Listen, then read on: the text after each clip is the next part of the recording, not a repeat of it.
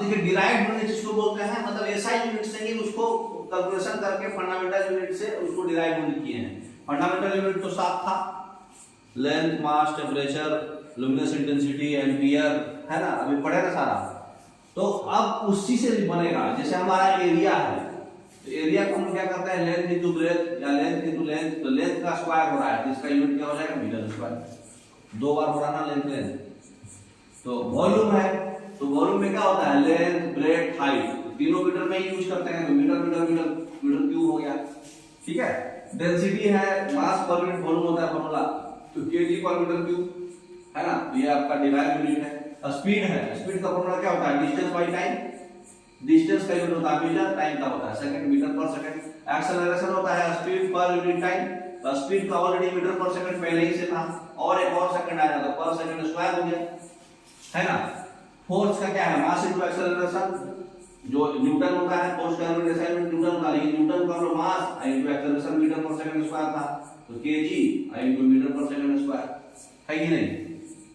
Pressure क्या होता है, फोर्स बाय एरिया, फोर्स का भी हम लोग पढ़े केजी मीटर पर सेकंड स्क्वायर, और उसके बाद एरिया है, मीटर को फिर से मीटर स्क्वायर से भागा दिया, तो मीटर को 1 भागा 2, 1 भागा 2 बोले तो 1 माइनस 2 माइनस 1 हो जाएगा, है कि नहीं।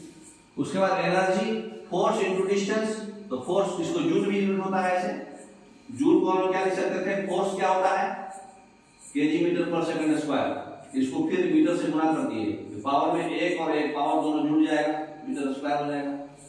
पावर क्या होता है, एनर्जी बाय टाइम, तो जो आपका एनर्जी आया था उसमें टाइम में 1 और भागा कर दो, -2 था उसको -3 कर देंगे, है कि नहीं। चार्ज क्या होता है, करंट इनटू टाइम, Q बराबर IT पढ़े होंगे फॉर्मूला, Q बराबर IT, तो करंट का फॉर्मूला होता है एम्पियर और टाइम का होता है सेकंड, तो एम्पियर इनटू सेकंड, तो उससे निकाला गया। पोटेंशियल डिफरेंस, इलेक्ट्रिक रेजिस्टेंस क्या होता है, पोटेंशियल डिफरेंस बाय करंट, है ना, रेजिस्टेंस इक्वल टू होता है R equal to V by I, Ohm's law, तो R equal to V by I, तो V बाय I बोले तो एम्पियर, एम्पियर को बाय है, मतलब डिवाइड में था इसलिए उसको गुणा में प्लस -1 कर दिया। कंडक्टेंस क्या हो जाएगा, इसी का जस्ट उल्टा, तो जो प्लस में था वो माइनस में आ जाएगा, जो माइनस में था वो प्लस में आ जाएगा, तो यहाँ V प्लस में था, पावर 1 था, तो माइनस में हो जाएगा, एम्पियर में पावर पहले से माइनस होना है तो प्लस 1 हो जाएगा, इसका उल्टा होता है, ओम का इनवर्स, है ना। तो कंडक्टेंस हो गया।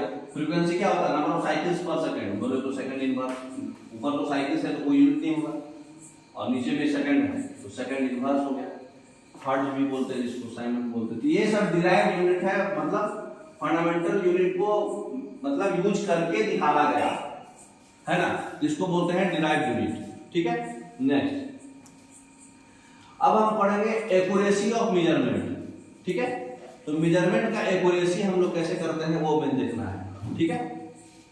3-4 मिनट ठीक जब देख एक्यूरेसी ऑफ मेजरमेंट यूनिट हम लोग पढ़ लिए, समझ लिए, उससे आप लोग खुद फॉर्मूला लगा करके और भी नया नया फॉर्मूला डिराइव करो, है ना, फंडामेंटल क्वांटिटी से, इतना मोर देन सफिशिएंट है। Okay, thank you.